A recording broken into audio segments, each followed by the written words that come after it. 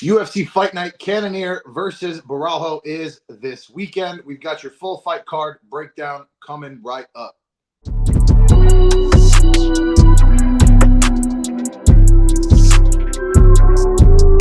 What's up, everybody? Welcome back to another edition of the 10-7 MMA. I'm your boy, DS. I'm here with Dino Bam Bam. Dino Bam Bam, how are you? What's going on, DS? This card, man, feels a little bit like a hangover from UFC 305 Duplessis Adesanya, and like we're just waking up from that shit, and we got a fucking headache. I need Advil. I need some greasy fucking food. God knows I don't need greasy food, but you know what I'm talking about. We need something, bro. This shit is not it, but nonetheless, we're fucking here for you guys. You might need a Zygimantas. I might need one or two of those. Yeah, I'm like physically angry. Doesn't take much these days, but I'm physically angry at this card. So I'm gonna say I'm keeping it to like 24 words per fight breakdown. Let's just jump right. Well, okay, whatever. You know, give them the spiel first, then we'll get. Yeah, guys, like, subscribe, hit the thumbs up, fucking comment down below, help us out. We've been doing this shit for a long time. We suffered through film of these fucking people. Like, look. Zygimantas Ramaska versus Nate Fletcher. What else we got? We got fucking Josiane Nunes versus some last name that I can't fucking say. We watch this shit, okay, guys? So help us the fuck out. Follow us on IG and subscribe and all that. Dino, let's get it going, bro. Let's get it going. All right, let's get right into it. First fight of the night, Cong Wang. She's taking on Victoria Leonardo. Cong Wang, of course, making her UFC debut. What do you think about this fight? Cong Wang, the biggest favorite on the card, minus 800. Famous for her win over Valentina Shevchenko in kickboxing. So that's pretty cool. Dynamic striker, good Muay Thai, as you would expect. She's really damn dangerous in the clinch and at the mid-range. She's really good at using elbows. She's really good at using knees. The clinch is something special. And the UFC knows what they're doing. They're hyping this girl up, and I get it. She's from a different market, a market that they want to kind of boom in. She has a win over a UFC legend. So who do they give her? They give her Victoria Leonardo, not a UFC legend. She's a jiu-jitsu fighter, good grappler. But essentially, this is striker versus grappler. But it's not striker versus grappler in the sense that normally I want to go with the grappler. This is a striker that is such a high-level striker, which you don't see too often in women's MMA, versus like a solid grappler in women's MMA. To me, this is free cheese. Cong Wang by knockout round 2. Please don't bet minus 800 on women's MMA. Correct. Yes, absolutely. Yeah, I agree with you. Cong Wang should absolutely get the win here. I'm going to say by decision, only because she's only got 5 fights in her pro MMA career. Yes, she does have the kickboxing background. The Valentina fight, I mean, that's very impressive alone. That should be enough. That alone, knowing that alone should be enough to take her over Victoria Leonardo here, who is pretty much a fucking can. She has 1 win in the UFC, which, she did fight some pretty decent competition in her 3 losses. Manon Fiorot, Melissa Gatto, whatever. She's all right. Natalia Silva. So, we predicted her to lose in all 3 of them. She lost in all 3 of them. It is what it is. On the feet, it's going to be an absolute outclassing as far as the skill level. When it comes to the clinch work, maybe Leonardo can do something there. She's going to be the better grappler. I just think that the striking disadvantage is going to be so vast. I just don't see her really having any chance here. I think she's going to take an ass whooping, and I think she may be able to survive into the later rounds. If there's a finish, I feel like it's going to be later. But Cong Wang, she looks strong. She got good striking skills. Let's see what she's got. One more thing to add on to that, Dino. The only question mark really with Cong Wang, as you would expect with a lot of these high-level strikers coming into MMA, is the grappling, right? It's the wrestling. It's the jiu-jitsu. We haven't seen her really face like a high-level wrestler, a wrestler that's going to go for nonstop takedowns. There aren't too many of those in women's MMA, and I don't expect Victoria Leonardo to have good enough wrestling to show us the holes in Cong Wang's game. But either way, yeah, I expect her to win this fight. Yeah. I guess the cardio could be a question too, right? We haven't seen her do a ton of MMA grappling. So, she is pretty jacked. Maybe that's a factor in this fight. We've seen Leonardo go 3 rounds, but at the end of the day, who really gives a fuck? Fair. Right. All right. Moving on to the next fight of the night, which is Zygimantas Ramaska he is taking on Nathaniel Fletcher. I guess I'll take this one. This is 2 more Ultimate Fighter guys, right? Yes. Yeah. Yep. Yeah, Ramaska, for me, Fletcher, he's more crafty overall. We'll see if he's able to kind of execute his game plan. For me, I think I'm going to go Ramaska in this one. I know we kind of talked about this fight a little bit. And I think you have, well, I'll let you get to it. I think you have Fletcher actually, but I just don't really trust Fletcher. I haven't seen a ton of these guys, obviously. We only know what we've seen on The Ultimate Fighter for the most part. For me, though, I just think that Ramaska is going to end up catching him at some point, and he's going to get a second-round knockout. Yeah, and that's fair. I can totally see where you're coming from. Zygimantas Ramaska, and I didn't switch myself. What am I doing here? There I am. All right, Zygimantas Ramaska supposed to be in the finale, right? The commission stopped him. Guess he had a fracture in his cheekbone. Tough fight to make any sense of. We did see Nathaniel Fletcher lose in the show. Ziggy hasn't lost in the show. It's really a toss-up. I was telling you Fletcher by submission, but really who the hell knows? I guess I'm just going to trust Ziggy at this point. You kind of like convinced me for what it's worth. The guy didn't lose on the show. He deserves to be in the finale. So let's just keep the ball rolling. I'll go Ziggy by decision. Tough break for him not being able to fight literally the day of the fight. That's kind of shitty. It is shitty. It is shitty because those opportunities are fleeting. It's especially when you're on a fucking show, right? Yeah. I mean, you don't get those opportunities. So it sucks for him. Nice of the UFC to give him this, to be honest. Yeah. Now, granted, he would have been.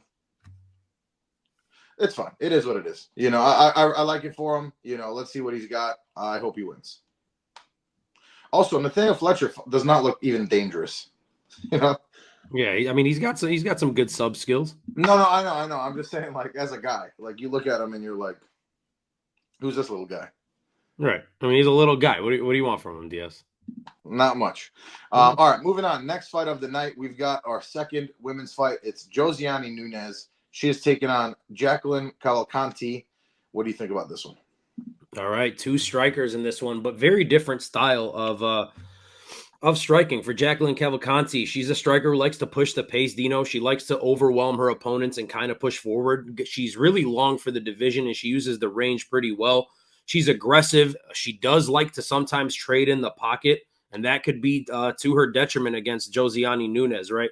The key to this fight for Cavalcanti is going to be keeping the fight on the feet and at distance. We know Josiane Nunes has really, really good power for women's bantamweight, man. She's small, but she is thick as hell. She throws bombs and she's pretty strong. I don't mean it like that. I just mean, she's thick, not 2 C's, thick in the regular sense. What is that? She got the boozy fade. Let's get it. I fuck with that. Shout out Lil Boozy. But yeah, Josiane Nunes, man, power to kind of turn things around. Last time out wasn't her best performance, but she was facing someone who was much, much bigger than her. And that's not going to be the case here. To me, Dino, I have to kind of go with the one thing that stands out here, and it's the power of Josiane Nunes. I'm not going to let that last fight deter me from what I know, and that is that she's a damn powerful striker for women's 135. So give me Josiane Nunes. I feel like her at a dog price here is phenomenal. I'll even go with a TKO up against the cage, something like that in the 3rd round. I feel she gets the finish in this one. Yeah, I agree with you. I'm going Josiane Nunes as well. I don't feel confident enough to take her by finish here, but this fight's going to play out on the feet. Let's be honest. Josiane Nunes is going to be only at a 3-inch reach disadvantage, despite lacking 6 inches in height. So, that's not nothing, right? Is the length of Cavalcanti going to be a problem for her? Very possible. Cavalcanti, however, doesn't throw anything behind her shots. They're almost opposites in that regard, right? Where you have a stocky powerhouse of a fighter who's not the most technical, and then you have a rangy technical striker, right? Who doesn't throw much behind her shots. For somebody like Josiane Nunes, I think if she goes in there and starts committing and is able to get inside, which again, I say this all the time when we have these shorter fighters. She didn't just turn 5'2", right? I mean, she's been 5'2" for all 12 of her fights, and that didn't change. So, she's used to, she understands what kind of style she has to adopt here. She knows what she needs to look for. She needs to try to get inside. She needs to throw some looping shots and things like that. And I think she will. I think she'll land the bigger shots.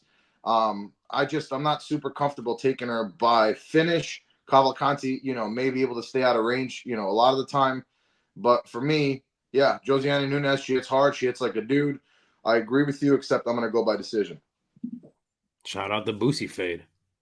Boom. I got heartburn again. So if you're new to the channel, that's just something that happens. I'll just be struggling half the time. It happens all the time. Yeah, I got to go check that out. I did have some fucking ground beef earlier. Yeah, that'll do it. Ground beef. Did you have a fizzy drink, or are you still on that no fizzy drink thing that you're doing? No fizzy drink for me today. As he sips the fizzy drink, let's get it. All right, next fight we've got Viacheslav Borshchev. He's taking on James Llontop. What's up with the double L? What is that about? I don't like that. I've been tripping off that the whole time. It's like I just want to, And he's Hispanic. Like I don't know. It's just not a. I guess it's probably Llontop. Llontop. Anyway, so this fight, I fully expect it to play out on the feet. Both of these guys are strikers. Slava Claus last time out, man, we saw him versus Chase Hooper, and Chase Hooper did his thing, right? So, I mean, to get caught by Chase Hooper, I think he got knocked down by Chase Hooper badly. Badly with a strike, with a punch. So, the chin is very worrying at this point. He has not had a great run recently, right? I mean, he did have the majority draw with Sadikov, who I think is pretty good, but the loss to Hooper, and Chase Hooper is improving. Don't get it twisted. At 155, he's looked better for sure. Mike Davis lost, Mark Jacqueline lost. So Slava Claus, after starting pretty hot in the UFC, he's kind of slowed down. Still, he is a really, really good kickboxer. He's got some really good skills. Llontop is too. Llontop, he probably has the wider array of strikes in terms of he's just going to throw crazier shit at you. I just don't trust him as much, man. I don't think he's that good overall. I know he throws things, but I don't think he's that accurate. I think Slava Claus has fought the way better competition. For me, it's going to play out on the feet. I just think Slava Claus is going to land the better shots overall. I'm just concerned about that chin, man. It's very possible that Llontop knocks his ass out. For now, though, I'm going to take Slava Claus by decision. Yeah, similar to the last fight, right? I'm not going to let the recency bias come into play here. Viacheslav Borshchev, a very, very high-level striker. Yes, he got dropped by – what is that? He said Viacheslav. Viacheslav. Slava Claus. Look, he's a very, very high-level striker, man. We know the story about how he walked into fucking, the gym with Dillashaw and all these guys and was fucking just, hey, I'm here to train. I want to train MMA. And they're like, who the fuck are you? And he's like, I'm this like sick-ass kickboxer. Then he literally pulled up his YouTube and they're like, okay, I guess you can train here. But anyways, we know his past, man. The guy is a very high-level striker. Yes, he got dropped by Chase Hooper. Number one, Chase Hooper is really improving and he's not a joke. I know there's people want to make jokes about him, but that's just not the case. And then on top of it, he got dropped because he was worried about the grappling. It wasn't like if this fight was just playing out on the feet that he would have got dropped by Chase Hooper. I think this fight, like you, also plays out on the feet, and he's not going to be too worried about the grappling of James Llontop. I think Viacheslav gets this one done, Dino. I think he gets a TK, or I'm going to go decision, actually. But yeah, he's not a joke. Mike Davis is an absolute beast, hence the nickname Boy. Not much to take, nothing, no shame in losing to him. No shame in kind of getting damaged by Nazim Sadikov. That's another beast. He has not had an easy run in the UFC, man. Meerschaert is solid. He was able to knock him out. So excited to see, what Slava Claus looks like. And if he didn't have that loss against Chase Hooper, he'd be like a minus 550 in this fight. So just let that kind of, let that factor in before your judgment gets clouded. Period, boo. Period. All right. Moving on. Next fight. We've got Jose Medina making his UFC debut. He's taking on Zach Reese. Shout out Davey. What is this, mine or yours? This is yours. Go for it. Sorry. All right, man. Zach Reese, a guy that has impressed the shit out of me, a guy that I'm not ashamed to admit I was wrong on. I thought he was going to be an absolute can, but the dude is a fucking monster. In the time, where we thought these new gloves were broken and that nobody could get knocked the fuck out, he knocked somebody the fuck out quickly. He's an explosive finisher, a good skill set, man. He comes out aggressive as hell, looking to end the fights. He's a finisher in every sense of the word. He's got power on the feet. And then we forget on the ground, he's got really damn good jiu-jitsu to the point where we thought he was going to be just the jiu-jitsu guy when he entered the UFC. He's big for the division. He dictates the pace, and he's fighting a debuting Jose Medina. Or I'm sorry, not a debuting Jose Medina, but Jose Medina, who's tough. He's durable. He's got a preference to stand and trade, but his ground and pound is probably his best asset. If he can get on top of you and you let him kind of like lay there, which is where I'm worried, right? Because we have seen Zach Reese allow that to happen, where he just wants to play the jiu-jitsu game. That's not his best route here against Jose Medina. Either way, I think Zach Reese is going to be riding high from that TKO last time out. His star power is rising, and I do believe in, in things just kind of manifesting themselves. And it looks like this guy is trying to become a star, and I think he believes he's going to be a star, and I believe he gets another quick finish in this one. I think he's going to come out aggressively, land something big, hurt Medina, drop him, and then just finish the fight. I'll say TKO, but it could definitely be one of those situations where he drops him and then, just wraps up the neck or something. But TKO round 1, Zach Reese. Yeah. I pretty much agree with you, man. Dana seemed to really like the Medina on the Contender Series, even though he lost. Yeah. I don't know. I guess he's tough. He is tough, and that's fine. Zach Reese, I'm still not quite sure what to make of him. Yes, he's had some nice quick finishes, but like even in the fight versus Eli Aronov on the Contender Series, he was he was on his way to lose that fight, and then Eli inexplicably just left his arm on his chest. Big mistake. Yeah. Like, here, take it. Like, very weird. Also, the cardio, right? The cardio is a bit of a question. We haven't seen him go past the first round in the UFC, so is Jose Medina the one to push him there and kind of test that cardio?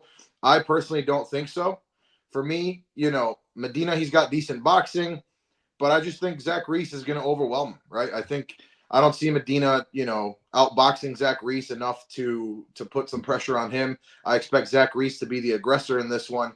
I also expect Zach Reese to be the faster striker too. And then if it gets to the ground, I think Zach Reese is probably the better submission threat too. So for me, pretty straightforward one. I agree with you. I'm going to go Zach Reese first round knockout. I don't really think Jose Medina is UFC caliber. One more thing, Dino. You mentioned we haven't seen Zach Reese outside of the first round in the UFC.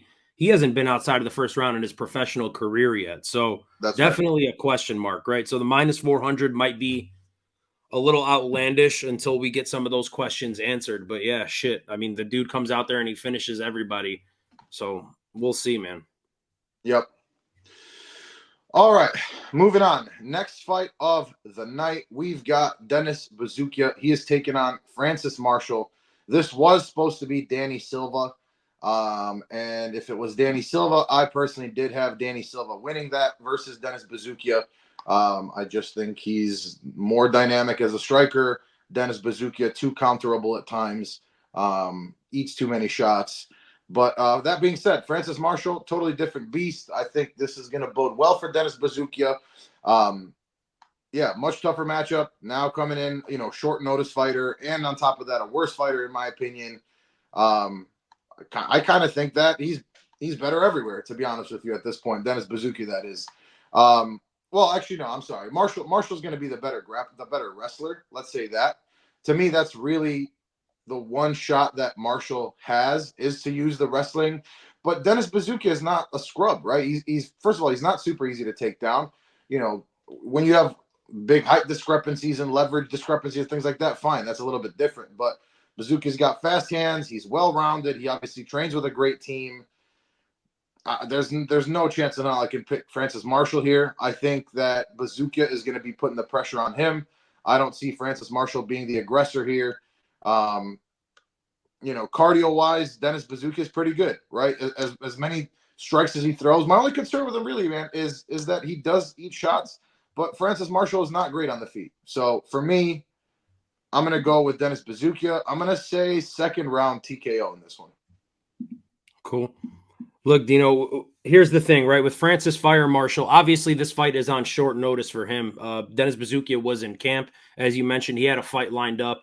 Yeah, Francis Fire Marshall didn't, right? So he took this fight on short notice. One thing to note, it is at 155. So, Dennis Buzukja, for what it's worth, making his UFC debut at the division of lightweight. But regardless, Francis Fire Marshall, you pretty much said it. His best route to trying to win this fight is going to be his wrestling. And I don't know that it's going to be that effective versus a guy like Dennis Buzukja, who has shown us that he has a good ground game and some good takedown defense. And then Francis Marshall does have some power, Dino, but his power is weird, right? It's in those one big shot. It's like a one big shot kind of power. And he throws really loopy shit, like big overhands. I just don't see him catching a guy who's better on the feet. Like Dennis Buzukja. I think Dennis is going to dictate the pace of this fight. I think he'll be able to use his grappling if he sees fit. A lot of cage work in this fight is what I see. I think he eventually tires out a guy coming in on very short notice without a camp and eventually gets the finish. You said round 2. I'll go round 3 for Dennis Buzukja. I think he drops him up against the cage. And, Francis Fire Marshall just kind of drops down, and that's the end of that. So shout out Dennis Buzukja. Probably needs this fight to stay in the promotion. I'm not sure what the contract is looking like at this point, but he's had a handful of fights right now, and this fight is crucial for him staying here, I would say. It is, absolutely. And again, I mean, he's really lucked into this. All right, next fight of the night, we've got Edmen Shahbazyan. He is taking on Gerald GM3 Meerschaert. How do you see this fight going? Tough fight to break down, man. I mean, if this was, 2-3 years ago, it's very clear to me that Edmen Shahbazyan wins this fight. However, Edmen Shahbazyan, long layoff, the injuries, and then coming back to, to some mixed success, Dino, it's hard to say. A young guy, man. He's only 26 years old, but it feels like he's been in the UFC forever, and it feels like he's a guy that's like 36 years old.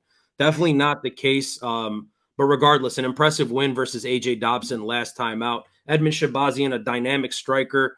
He has a knack for finishing fights pretty early. He's explosive, good hands, good nasty head kicks. Sorry, Jesus Christ. Sorry. We good? We're recording? All right. Nasty head kicks for Edmen, the golden boy Shahbazyan. The question is going to be, can GM3, Gerald Meerschaert, the jiu-jitsu specialist, get him down and sub him? And it's very possible because that's always been the glaring weakness for Edmen Shahbazyan.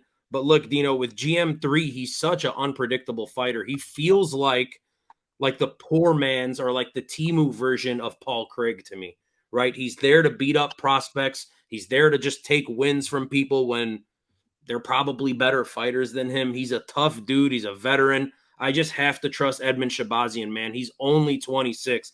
And every time I look at this guy's age, it fucking shocks me because we were having this conversation about him being washed up 3 years ago, and he was fucking 23. Like, I just don't get it. He's an anomaly. Hopefully he can get back on track here and, have a 2-fight win streak for the first time in a long time. I'm going Edmen Shahbazyan, KO, round 1. I'm trusting the process. Yeah. I'm gonna agree with you. I'm gonna do the same thing. You struggling over there too? I'm good. I actually my computer is completely fucking up, so all my notes just disappeared. But that's fine. I'll find it. But this is pretty straightforward, man. It's either Shahbazyan's gonna get a knockout in the first round, and the only thing is like Shahbazyan isn't like usually guys that need a finish or like should get a finish in the first round to increase their chances of winning should go for the finish in the first round. Basically, for somebody like that, he's kind of a slow starter, right? So I don't love that for him. He's going to need to come out a little bit more aggressive in this one. And we've said this before, man. It's unfortunate because, somebody like Shahbazyan, we've said it, right? He almost they gave him too much too soon. He was super young. Like you said, he's only in his mid-20s now still. And it's unfortunate because I feel like he's fallen off as the quality of fighter that he was before when he was much younger instead of improving. So, there's something to be said about that. Meerschaert, also a slow starter, right? And the striking game is not great, in my opinion. Edmen Shahbazyan is the kickboxer here. Meerschaert can be hittable. I expect Edmen Shahbazyan to get the first round knockout. However, if he doesn't, Edmen Shahbazyan does not have great cardio. And I feel like in recent times, it's gotten even worse. So this is, I think, maybe an opportunity for a live bet or at least watch the odds as this goes on. Because if Edmen Shahbazyan wins that first round and then doesn't get the finish or starting to waver towards the end of that first round, I think that's a perfect live betting opportunity to bet on Meerschaert. And Meerschaert by sub, if anything, looks very attractive at that point. Like you said, not the easiest fight to predict. I also don't love the odds, minus 300. Yeah, Shahbazyan should win this, but I don't think it's as straightforward as it might seem. One thing to note with Edmen Shahbazyan, as far as, the downfall and the decline is concerned, I mean, let's just take a quick look at the record, right? He beat Brad Tavares to go to 11-0, okay? And then they gave him Derek Brunson. That's the fight famously, that was his first loss. That was the one where, he kind of got broken. His next fight, Jack Hermanson, same kind of thing. His next fight, Nasruddin Imavov.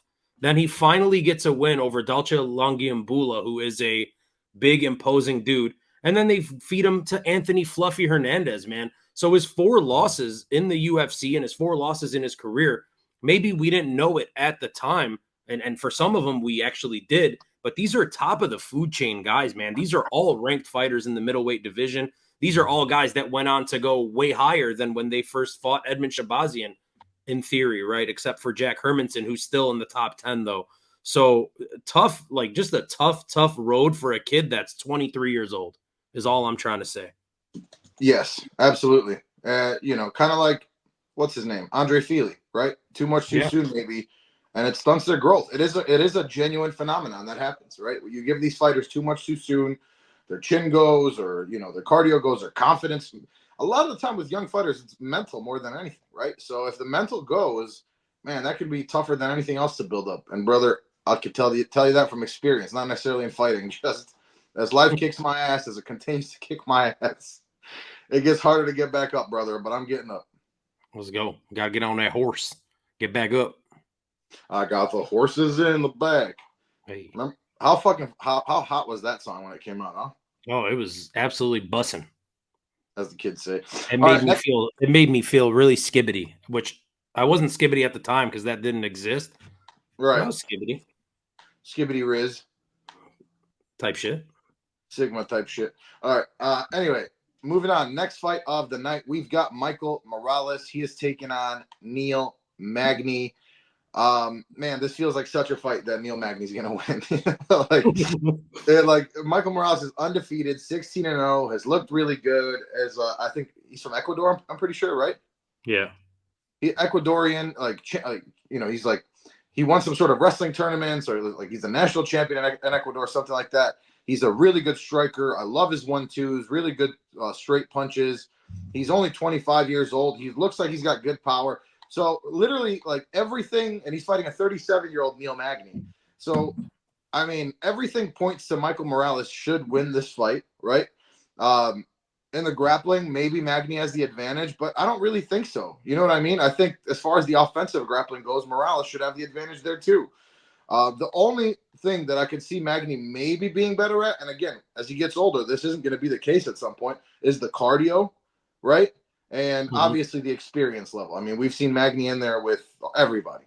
He's fought everybody. He is the journeyman of the weight class. He is the gatekeeper, right? But and he's still fucking ranked. So, which is right, isn't he? Yeah, I think so. I think he's 13, 14. Yeah, which is fucking crazy. Please, Michael Morales win this fight. This is an opportunity to get a young, exciting fighter who's not without his own flaws. Let's be honest, right? I mean, we've seen him look a little bit shaky at times. But by all accounts, man, he really should win this fight. I'm going to say he gets a late first-round knockout in this one versus Neil Magny. I know Neil Magny's tough, but, bro, he just turned 37 years old. It's not like a super small weight class or a super heavy weight class, right, where you can kind of be a big-ass guy and fight into your 40s. Michael Morales should have the power advantage. He should have the striking advantage. At this point, the speed advantage. So, for me, I got to go with him, man. I'm just a little bit nervous. And also, the fucking odds are crazy. Minus 650 is absolutely insane to me. This could be a trap fight. I would probably sprinkle a little bit on Neil Magny. Yeah, that's all I got for that. Yeah, look, when you break it down, X's and O's, and and you look at the age, and you look at the the accomplishments and all that. This is Michael Morales all the way, but I absolutely feel you on that hunch, right? It is very possible that Neil Magny gets it done yet again, because that's what Neil Magny does. 2 fights ago, it would have been easy for everyone to say that Neil Magny was done after he got absolutely fucking decimated by Ian Machado, Gary. But then after that, man, they gave him Mike Malott. And I think the UFC's plan there was Mike Malott is this hot rising star from Canada. Let's get him a win over, as you called him, the quintessential journeyman or the gatekeeper of the division. And he was kind of kicking Neil Magny's ass until he wasn't, until he gassed out. And Neil Magny was able to utilize and weaponize that cardio that you mentioned. Look, man, he is a dog. He is, what's his record in the UFC? He's 22-10 in the promotion, which is absolutely fucking bananas. 32 fights. This will be his 33rd. Dino, it's difficult for me to pick against Michael Morales, though, right? Is he the best undefeated prospect I've ever seen? No, he's not. There are some weaknesses in his game. We have seen him tested by opponents that probably should not have tested him, especially considering, the background that he has. He's been successful in grappling. He's been successful in, I think, judo, striking, a lot of things where he's been like a national champion or like a regional champion and things like that. It's just difficult, man. But Michael Morales has to be the pick here. He's got all the tools to be able to beat a guy like Neil Magny and give us some exciting fights at 170. So I will agree with you. I will go Morales by TKO. I'll say early second as opposed to the first. But fuck, if Neil Magny pulls this off, holy shit, what are we doing? I mean, not great. Not great for the future of the division, but good for him if he does. Yeah. All right, moving on. Next fight of the night, we've got Kaan Ofli taking on Mairon Santos. This is at 145. What do you think about this one?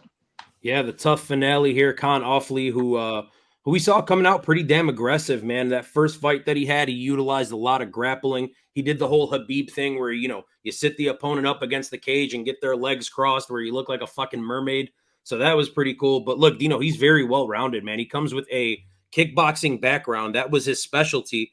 But you wouldn't know it looking at him in the cage, man. He's got some really damn good grappling. And I don't mean that in a negative way that you wouldn't know he's a striker. But he's been utilizing his grappling. Then you got Mairon Santos, super young, the youngest guy in the house on The Ultimate Fighter, 24-year-old Brazilian prospect. Only one loss in his professional career, and that came to Daniel Argueta, another Chicago boy. So shout out Dan Argueta. But Santos, man, he's very, very big for the weight class, Dino. He missed weight in the final episode of the show. He was supposed to fight Zygimantas or Ramaska, who we're going to see earlier on in this card.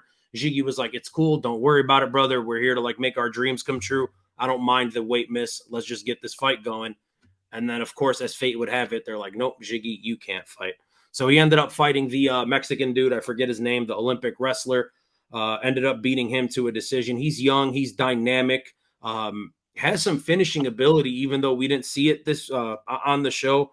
Tough fight to break down. I can see it going a plethora of ways. Both of these guys are good. I think they're both UFC caliber. I'm just going to go ahead and assume and just make a prediction out of nowhere that Mairon Santos is going to win this fight. Maybe that's wishful thinking. The young prospect coming in here with a shiny record, and maybe he could be something in the UFC. So I'll go Mairon Santos by decision, but literally no outcome in this fight would surprise me either way. Yep. Yeah, I mean, you pretty much broke it down. I like the grappling of Kaan Ofli. So, I mean, it is a tough one to break down, man.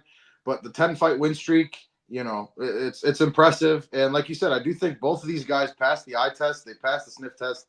I just really like the grappling of Kaan Ofli. And I think he's going to be able to he has more experience in terms of, and he's the older fighter, obviously, here as well. So for me, I think the grappling advantage is the one thing that I can maybe latch onto. But like you said, nothing would really surprise me in this one.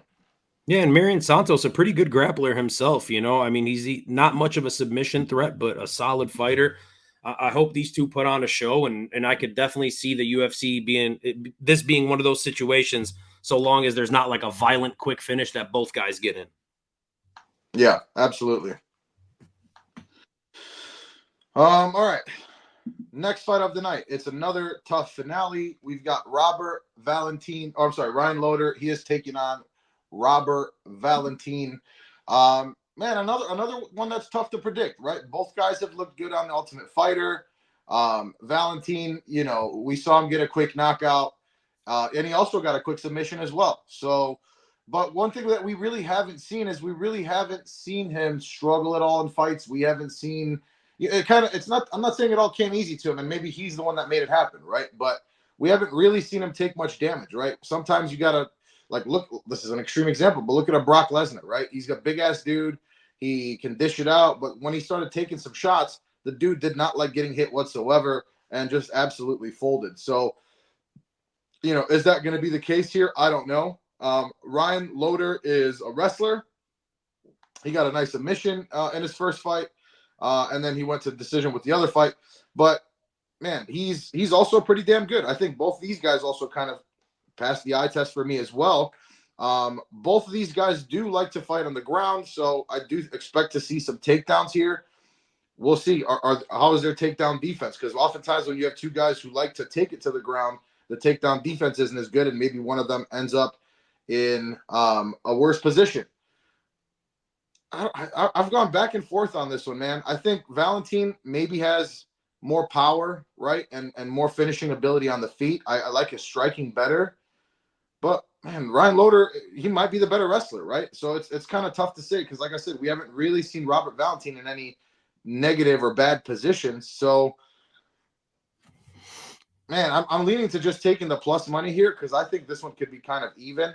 So I'm going to take Ryan by decision, but this is another one, man, where, you know, both guys have some finishing ability, and I could see it going either way.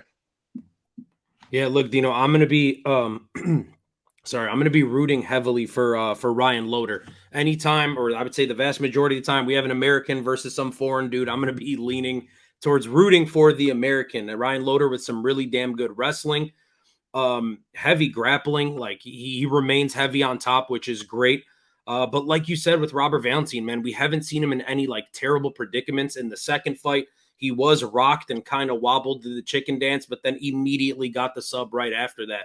Weird sub that he found. It was like an omoplata / key lock / I don't know what the hell it was, but he found some weird shit. And, you know, he is a super unique character, right? He comes in there with like this whole like Norse god Viking kind of like image. Then if you saw the media day today, he was talking about this time where he went up to the mountains and did shrooms, and then the trees bent over and the gods came to him and told them that he's the one who needs to bring them violence. And he really fucking fights that way. The dude is crazy. The first knockout against the Greek guy Giannis Bashar was absolutely nuts. The second fight, not too long of a fight, but he found a way while quickly getting damaged to find a sub. So, look, I think Ryan Loder is the better fighter. I think he's more well-rounded, but something about Robert Valentin, call it an X factor. The dude looks serious. I think he's going to win this fight. I think he's really going to run some shit in the UFC. And if this guy wins one or two fights, they're going to push the hell out of him. I'm rooting for Ryan Loder. Yeah, I'm rooting for Ryan Loder. And shout out to Ryan Loder. He reposted our stuff on Instagram at V107MMA, which y'all should go follow. There's a chance we do an interview with the guy. So hopefully he wins and we could do a positive interview. But yeah, Robert Valentin's fucking scary, man. Yeah, he really is. He really is. He's a character. All right, moving on. Next fight of the night, we've got Angela Hill in the co-main event taking on Tabatha Ricci. What do you think about this one? Hey, let's go. Angie Overkill versus Baby Shark. Some fire-ass nicknames here in the co-main event. Angela Hill, do you know what needs to be said? A veteran striker known for her high volume, her ability to push a relentless pace, her ability to take an ass-kicking and keep on fighting. I think if you are a fan of the UFC or a fan of MMA in general, and I know a lot of UFC fans are going to be toxic, and, you know, we do it as well, but women's MMA, not the most fun thing. But if you don't like Angela Hill, you're just an asshole or a hater. She's awesome. She's fun. I don't think I've ever met anyone that hates Angie Overkill. She does a good job with the combinations, Dino. The only thing she's lacking is power. She's a really small girl, and if she had that, she'd be fucking really dangerous. She's taking on Tabatha Baby Shark Ricci. I guess you can call her a rising prospect with some good grappling. She's a Brazilian Jiu-Jitsu black belt. She's shown that she can control her opponents when she's able to take them down. She's shown some really great sub skills. Her striking is improving. It's not to the level of Angela Hill, and I don't think it ever will be, but it is improving. I really, really want to take Angela Hill here. I'm an Angela Hill fan, but I think I have to side with Tabatha Ricci. I feel like she's going to close the distance well. She's going to use her clinch and I guess her weight advantage and just get Angela Hill to the ground, drag the fight to the mat. And then once she's on the mat, I think she'll find a dominant position and get a sub. I'll say submission round 2 for Tabatha Ricci, but a really close fight that can also play out in a plethora of ways. Yeah. Yeah. I mean, I think it would be better for the division at this point for Ricci to win. Angela Hill is going to be around. She's almost 40. I think she's 39. I have no idea, but she's getting up there. She's 39 and a half, a little bit over. So, yeah, I mean, look, one of the funner women's fighters. She always brings it. Yeah, I love what you said about, if you don't like Angela Hill, you're just pretty much a hater. But yeah, Tabatha Ricci going to be much better on the ground. She's a black belt in judo. She's got great submissions. Her striking is not great. So you pretty much broke it down. The question is does Angela Hill have enough power? Or is she going to have enough output to bother Tabatha Ricci enough on the feet while it's there?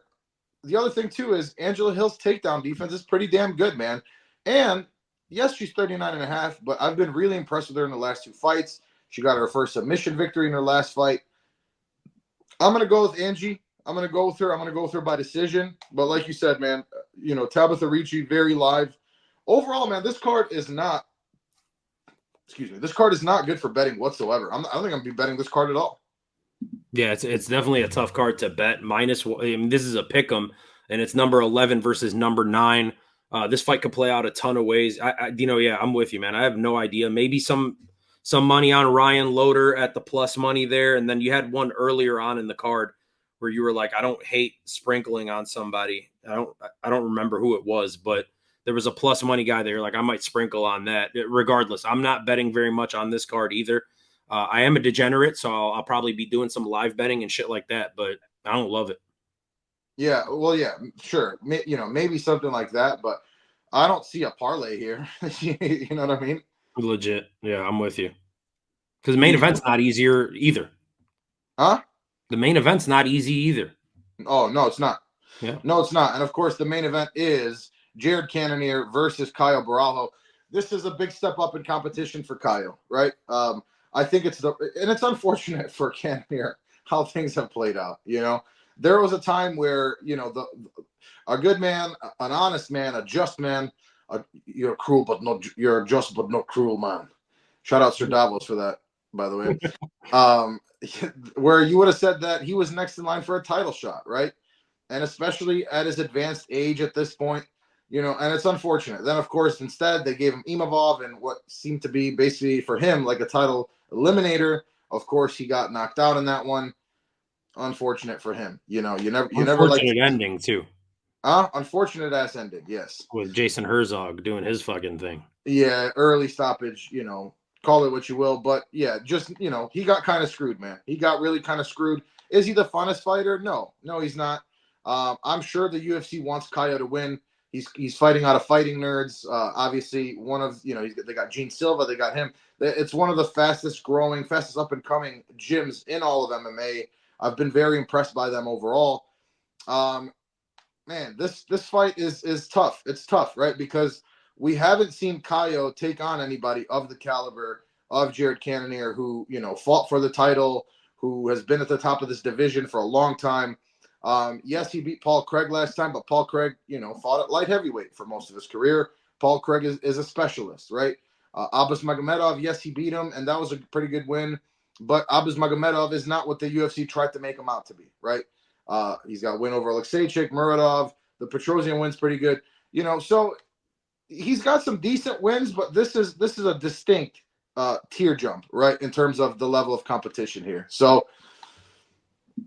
it's tough, man. It's tough. For me, Cannonier he's got to keep this fight standing to have a shot. That's really his best chance. Now, Cannonier at times hasn't been the highest output guy. So, fuck, man, even on the feet, I don't think that Caio should stand and bang with him. But to me, it's just kind of tough, man, right? Where Cannonier does have good power, I just don't think Caio is going to be standing there in front of him to get hit too much, right? Borralho, he's his easiest path to victory is gonna be to get it to the ground. He's very good at just changing positions and getting into the right position on the ground in general. I don't really see him submitting Cannonier. That's not for some reason I just can't picture it. Right. I just think that at some point we will see Caio take him down and just kind of get the better of him on the ground, land some shots, and just keep control more than anything. The cardio, that's kind of a question mark because we do have a 40-year-old Cannonier, but he's fought in 5-rounders, right? He's been fighting in 5-rounders. So, and he does a good job of pacing himself. So now, will that change if Caio Borralho does get him to the ground and is able to kind of utilize his game plan there? I think it might. So because of the grappling advantage, because of, the speed advantage, and I think just kind of the fight IQ of Caio Borralho, I think he'll be able to stay out of the way of any big shots. And I think ultimately he will get a decision victory here. I'm at like a 65% confidence level on that one. Yeah, fair. Look, the thing with this fight, right? Jared Cannonier, what's always been the biggest thing with Jared Cannonier, right? It's been the power. He has knockouts at heavyweight and 205 and 85.